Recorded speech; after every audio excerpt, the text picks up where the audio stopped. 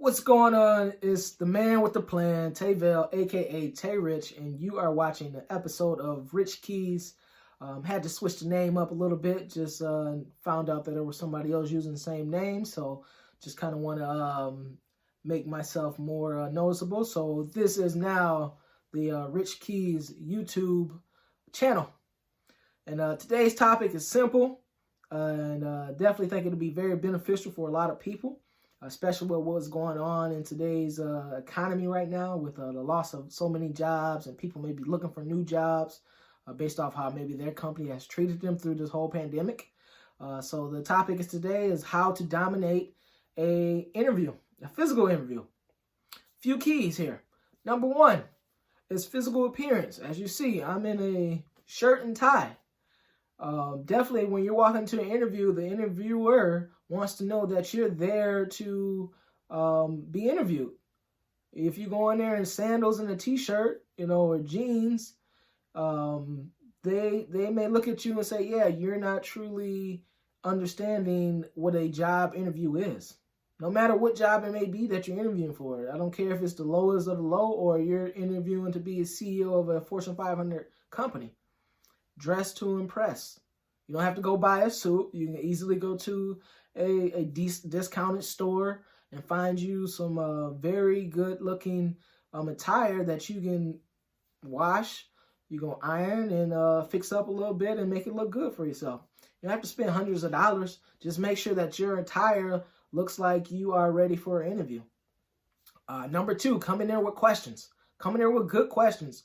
Most people who are interviewed don't ask questions because they're not the one doing the interview. The interviewer is asking all the questions, and they think that they're giving all your information for the interview.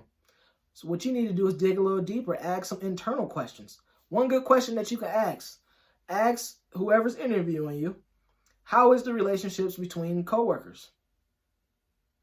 That shows that you are at least thinking about joining their team. That's a very good question, and they'll give you an answer of, okay, yeah, this is a good team. We work together, or maybe they'll give you a negative decision, and then based on their answer, that can determine if that's some place you may want to work or not. Number three, you have to have confidence.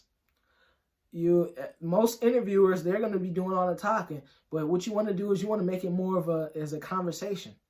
When you make it more as a conversation, that lets the guards down of whoever's doing the interview, and you may get information that they may not tell other interviewers. They may tell you, hey, you're actually the only interviewer that we're looking at. Or they may tell you that the regional manager may be in, and this is somebody that you really need to talk to. What you want to do is you want to leave an impression to the interviewers. And what that does is, no matter if they interview 10 people or if they interview 100 people, they're going to remember you because, number one, it was more of a conversation.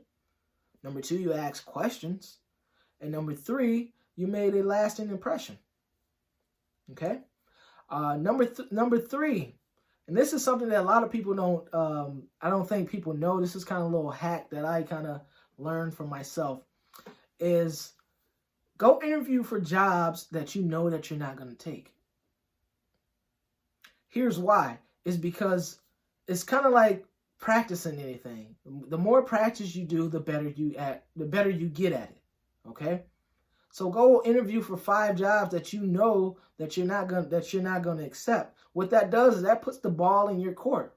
So now you're in there with your guard down. You're in there, confidence is on 1,000. You're in there asking all types of questions. And at the end of the interview, they're going to love you, and you're going to say, no, this isn't for me. And what they're going to say is, man, we lost a good person. But what you're really doing is you're building your self-esteem, your interviewer self-esteem. So when you do get that job that you want, you know what to do already. You walk in there with confidence. You have the questions. You know what you're looking for as far as pay. You know what you're looking for as far as a co-workers and as a team. And that builds your confidence. So go out there and apply for jobs that you just know that you're not going to take. And that helps you out in your interviewing skills. All interviewing is basically a simple conversation. They want to know if you're comfortable or not to work in that environment. Of course, a small piece of it is you're going to be your resume. You got to kind of have a small resume. But I even tell employers this too. Resumes just really pretty much show an employer what you've done. It doesn't show you what you can do. That's why it's very important for them to meet you in person. That's why it's very important for you to have that confidence, because you can have an ace of a resume with all types of experience and education, but if your personality doesn't match what they're looking for, then that resume is kind of nil and void. And then on the flip side, if you don't have that pact of the resume, but you got a bomb personality, you made them laugh, you made them smile, you guys, your interview time went over a half hour because you're just talking, they may push a couple buttons behind scenes to make sure that you're on their team. So those are just a couple key points on how to dominate an interview. Definitely, like I said, practice. Make sure your resume is lined up, and go out there and have fun. You know, I know it's kind of hard to say that, especially if you need a job, but go out there and have fun. Go out there and have fun with the interviews, and when you get the one that you want, it'll be a piece of cake for you. So that's the episode of Rich Keys. Have a good one. Until next time, peace.